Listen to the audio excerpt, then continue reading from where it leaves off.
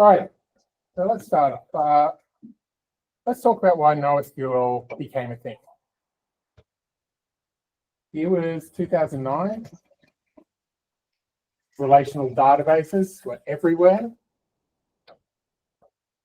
Developers had their code shouting at them, update, size, set, order. Scared the shit out. Traditional tables were a bit too restrictive for the hot new startups. This is not a real table. Oh, This is how you get around not knowing what your scheme is going to be. You just make 100 columns. Yeah. Just check the next one. And you haven't named them anything useful either. No, because they're going to change over time. So It's not value safe. That's Yeah. what comments are for. no, the code itself is right. What comments? Anyway, so S_1. this was the state of databases around 2009. And that's when the term NoSQL started picking up. It took forever for you queries to run. So you run this query and it'll execute in about 23 seconds because you have no indexes and far too many columns. So yeah, the situation was dire for a lot of database use, especially because we were going through a second kind of .com boom, and everyone was trying to get their Ruby apps up and running and to the world. And so some crazy people were using this thing called Laravel, and yeah, it was a bit crazy. Then NoSQL started becoming a thing. You had your MongoDB, you had your Redis. A lot of it just ended up being JSON documents. You had Firebase, BigQuery, Bigtable. There's a whole bunch of them all kind of came out. And for the most part, they were storing documents or they were a hash map, basically a PHP array, but a persistent one. But it also had problems. Finding your data can be hard. So if you don't have a way to query your data with any kind of structure, how do you find the particular? You have to start keeping a hash map of what are the keys of all your data. And then you have to have a hash map to sort through all your different hash maps. It basically just kind of becomes hurdles all the way down with documents. If you don't know what shape your data has, it gets kind of hard to use. So if you're just storing random JSON blobs, user model could be in any shape at all, and you can't guarantee that it has any particular shape. You start having issues when you're trying to relate multiple records together. You've got no integrity because there's no, relations in without your relational database anymore. So you start having trouble finding related records to your record without storing IDs and then hoping they don't get changed, and then having to go through all your other records when your ID does get up. It gets a bit messy. Hosting, and this is still a thing, hosting can be quite expensive and unstable. Most NoSQL things were built to be fast, real fast, gotta go speed, yeah! And they did that by running in memory and not writing to. So if your database happened to crash because it ran out of memory, then anything that happened real fast is lost. You kind of, data loss. There's a little bit of data loss thing. And you could get around it by making it persist more frequently, but then it starts to get slow. So NoSQL, great, solved a lot of problems for a lot of people, but it wasn't without problems. So I would like to come here today, Sharks, pitch you YeSQL. Consider when you're using a database, you're probably reading it more frequently than you're writing it. That's true for a lot of applications. If you were writing it more than you were reading it, you wouldn't be using a database to keep it all in memory because you're actively working on it and you're not trying to store it. You store things in the database to retrieve later, so you're probably going to be reading a lot more. Database infrastructure is complex, or it can be complex. You start to get into replication when you start needing a lot of read throughput. One of the biggest pains when doing anything with Laravel Vapor, for example, is the RDS instance will cost more than all of the rest of the infrastructure combined by a lot. And that is just to support high read throughput, because even if the database itself is a few hundred meg, you still need a large instance to run it to support multiple connections. SQLite has excellent read performance. It's really good for reads. It's getting better for writes and write concurrency and everything else, but SQLite is really good for reads. You can load an entire SQLite database into memory and query it from there. You can just tell SQLite, connect to PHP://memory, and it does. And then you've got an SQLite database running entirely in memory. That's fast. You can save an SQLite database to a single binary file. That's all it is a single binary file. So in memory, it is loaded into memory, but it's still just a binary file effectively. NoSQL has a binary type column. Some of you can probably see where I'm going with this. Come on, and it's loading. There we go. Is it running on NoSQL? No, it's running on my Wi-Fi from my PC at home. And come on. It's weird in the YeSQL. Yeah, there we go. So this is how YeSQL works. Data table with binary column. So here we've got tenants, they've got a name and data column. Binary. Load that field into PHP memory. Set up your ORM to use the in-memory SQLite. And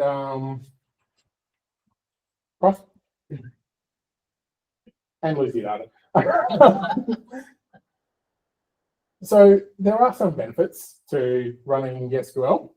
It may be a solution looking for a problem, but you don't need a lot of database compute. You can use a tiny little RDS instance because your connections are only held open to pull your actual tenant database out, and it's loaded into memory. And then you can run shitloads of concurrency on a tiny little instance because it doesn't need to do much other than handle one piece of data over and then go away. Multi-database, multi-tenancy with a single database. Multi-database, multi-tenancy really sucks. We've had a few talks about it at this meetup, and it's terrible because you have to start trying to maintain database upgrades and migrations per tenant and keeping track of them. And every time you want to spin up a new tenant, you've got to spin up more infrastructure, or you might have a massive instance of database and then it'll run out of space at some point because you've started scaling. I don't have that issue with SQL because it's all in memory once it loads. You can still use your tiny little database and each tenant can have their own database. It just loads into memory. Come on. Did I click on the right thing? Hey, there we go. It caught up eventually, poorly. I blame Josh. This is a live wire. Nothing to do with the Wi-Fi connection. I was having And nothing to do that you built this today. No, nothing You at all. built a slides.com competitor today. In preparation for these roles. It's Yeah, copying the pattern absolutely nothing at all to do with this is running off my PC at home and I was writing it in the back of their room. Hey, so yeah, you can also edge load your database. So if you're using something like Vapor, an instance can spin up and it can load its database into memory. And if you're using Greph or Roadrunner or FrankenPHP or Laravel Octane, that type of thing, that process will stay active and it will just keep using that same in-memory database to serve multiple connections. So now you're able to serve thousands of requests only hitting your main database once. And you're still losing data. So it's like NoSQL, but you still have the benefits of relational databases. So yeah, this is quite short for me. I normally tend to waffle on. While this is a obviously dumb idea, there are bits of it which are in some ways actually a kind of reasonable idea. So the idea of being able to edge load a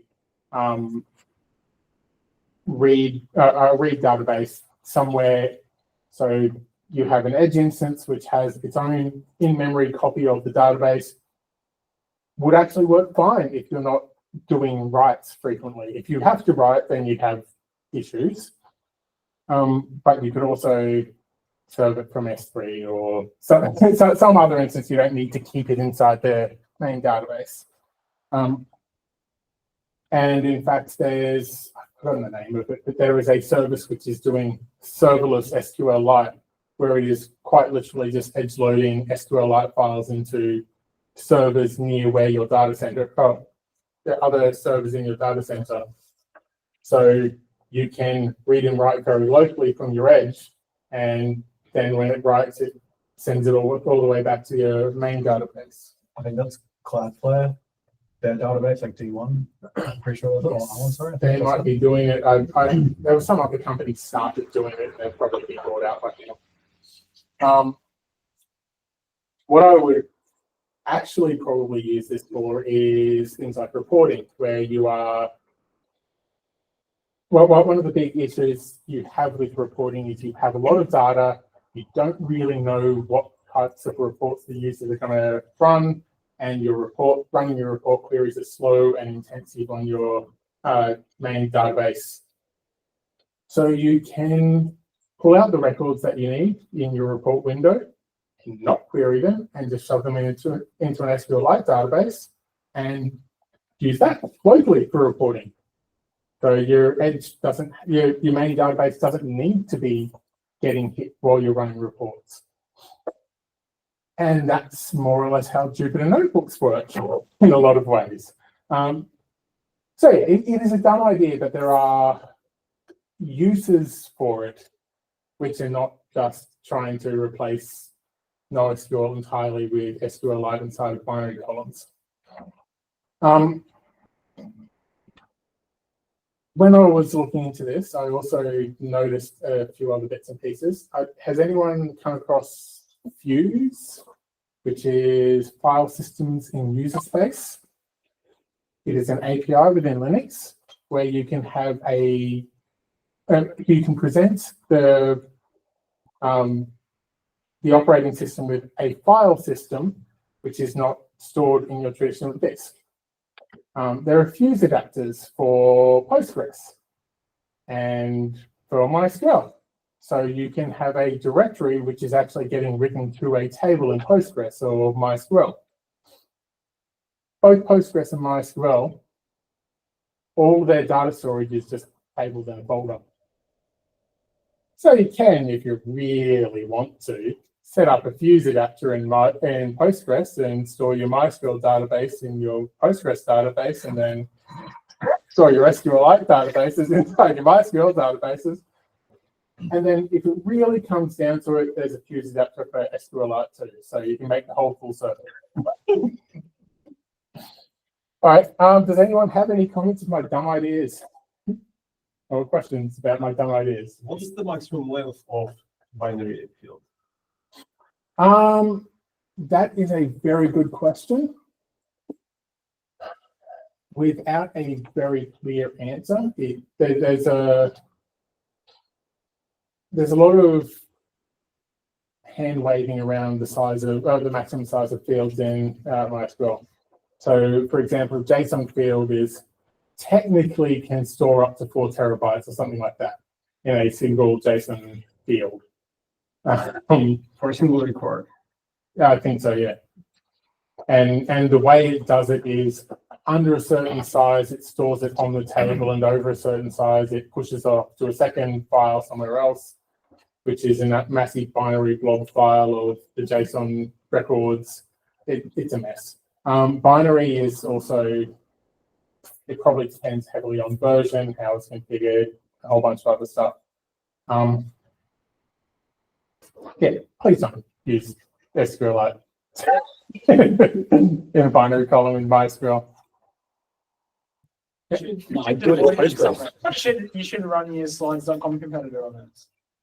Well, the reason why I started building Laravel originally was I was going to build a proof of concept as a Laravel connection adapter, because so long as you meet the interface, it's fine. And then I got distracted with doing dumb shit like making that configurable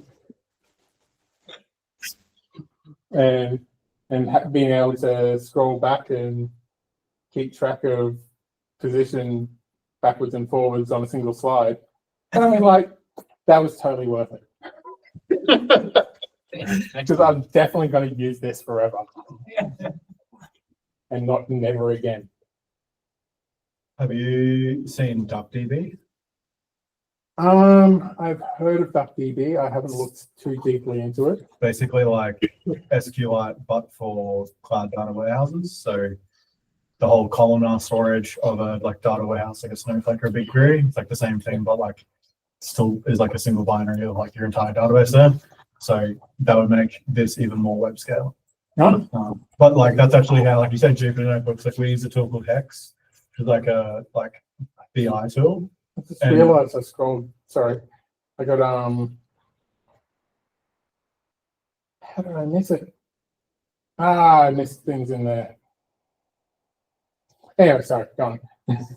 Yeah, we use this tool called Hex, which is like a BI tool, and it's like basically like a giant Jupyter notebook. But then to store like the data, because it's like web based, to store the data of like the data you've loaded from like SQL database and transformations and stuff, it stores like it in DuckDB, like on their servers in memory. And then that's like how it can be like as performant when you got like heaps of data in there. But then you can just like save the whole thing to like a file, and then you can like put that in S3 and then load it again to like come back to the same stack you're in. Right. It's another option. Nice. Even more web scale. So I'm just fixing this right now live on my phone in Vim. I'm like Vim on touchscreen keyboard. Yeah, hey, no, I've got the best SSH client. It even has tab and escape on it. Very good. Walk us through your live debugging. Oh, I have no idea what I'm doing. I probably haven't slept enough, and I've decided now is a perfect time to start using my phone to try and figure out what happened to the one funny bit that I had.